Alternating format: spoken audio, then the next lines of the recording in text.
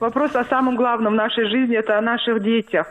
А у нас в городе не так много мест, где дети могут провести время на открытом воздухе. Ощущается нехватка детских игровых площадок.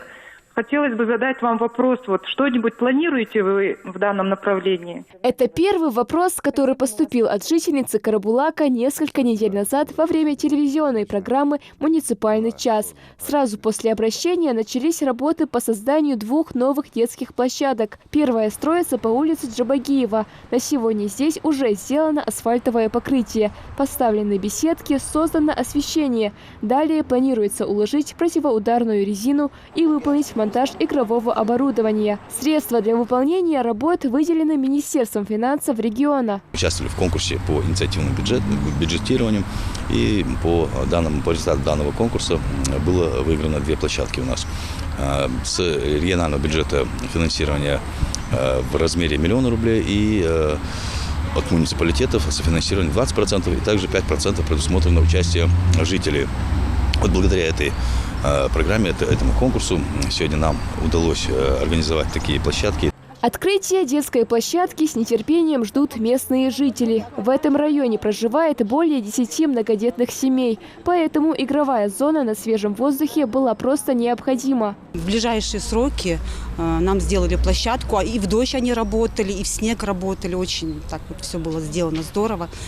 Хотим выразить большую благодарность. Баркал, Сандиарясхал. Это еще не завершение.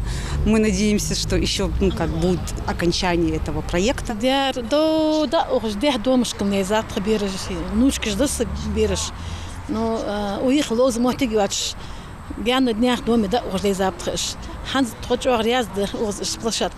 Строительство второй площадки ведется по улице Балкоева. Здесь в скором времени будет создан детский игровой комплекс, где установят качели, лавочки и многое другое. Помимо этого появится и дополнительная парковочная стоянка. Здесь, где мы сейчас находимся, здесь будет именно детская игровая зона, и с правой стороны там будет зона отдыха для взрослой категории населения с установкой лавочек, с установкой урн и освещения. 2 детские площадки будут функционировать уже через пару недель. Все создается с комфортом как для детей, так и для взрослых.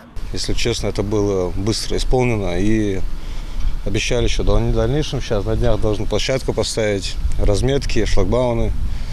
Так что очень рад. Программа «Муниципальный час», запущенная в сентябре этого года, один из проектов НТРК «Магаз». Здесь жители региона могут озвучить наболевшие вопросы главам своих муниципалитетов. Следующее обращение к главе администрации Карабулака поступило от жительницы, которая проживает по улице Астраханская.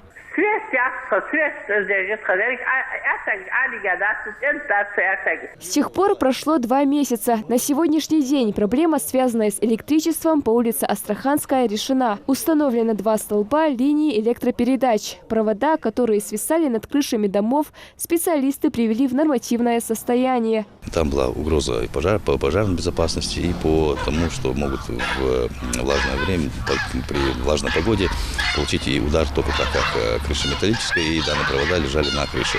Теперь жители не только дома Аджиевых, но и всей улицы довольны, ведь все это время они жили под угрозой пожара.